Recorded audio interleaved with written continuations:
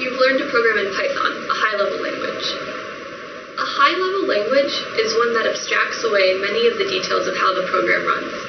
We don't have to worry about what the computer actually does or how it does it. You've also seen circuits that implement logic. However, a computer has no way of interpreting Python directly to run its circuits. There needs to be a go-between language, something that tells the computer exactly what circuits to use for each piece of Python code. The go-between is called an assembly language.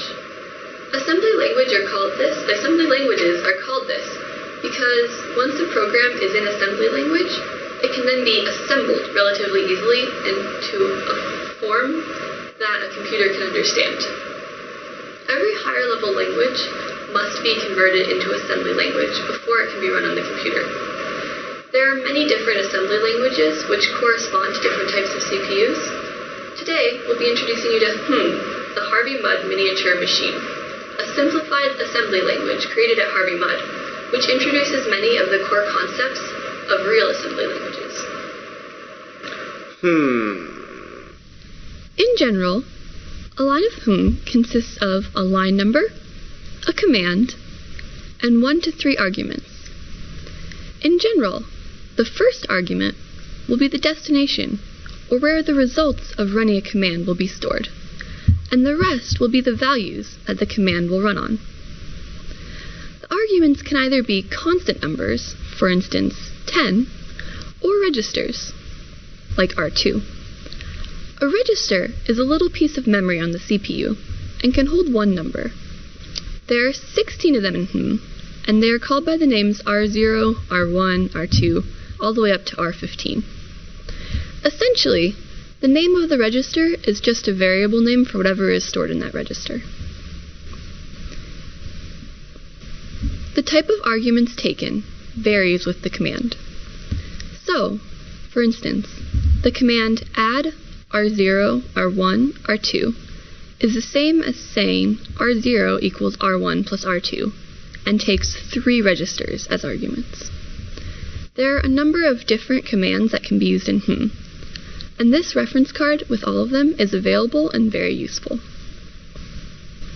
Today, we'll look at a simple Python program which uses the first 3 categories of commands and its equivalent assembly code, and in the process, familiarize ourselves with some of the various commands.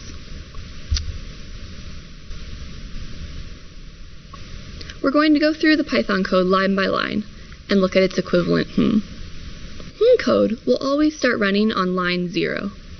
This first line is an example of a NOP, or no operation.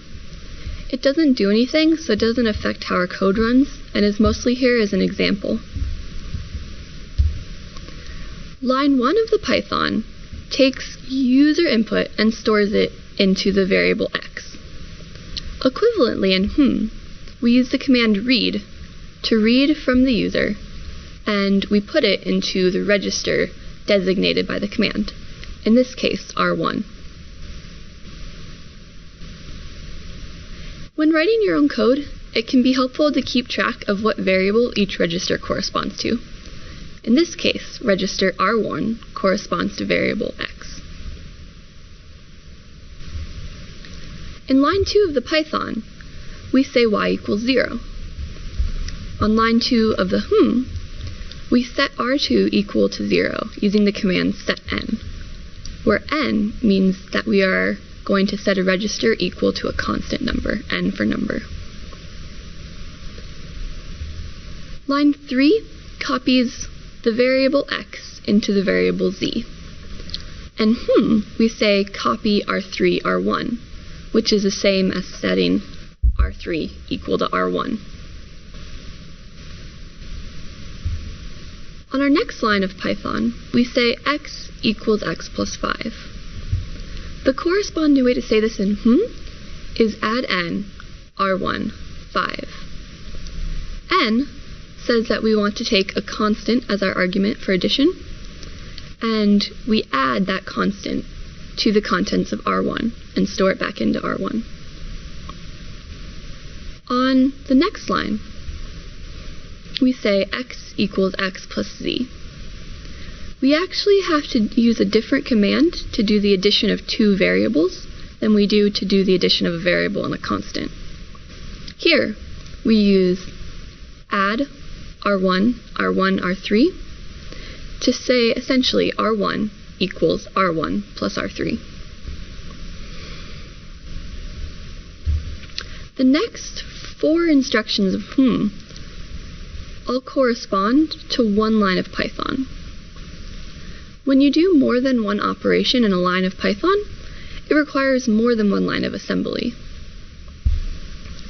First, we calculate y times z by saying multiply R2, which is y, times R3, which is z, and store it back into R2. We can overwrite the value of R2 because we don't care about y anymore in the rest of this line. Next, we want to try to accomplish x mod 10. However, if you look back at the documentation, you'll see that the mod operation requires 3 arguments, and all of them have to be registers. So, we set a register, R4, equal to 10, and then, using that as a temporary register, we say R4 equals R1, which is x, mod R4, which is 10. Finally, we take the result of y times z, which is stored in R2, and the result of x mod 10, which is stored in R4, and we add them together and store them back into R2, which is y.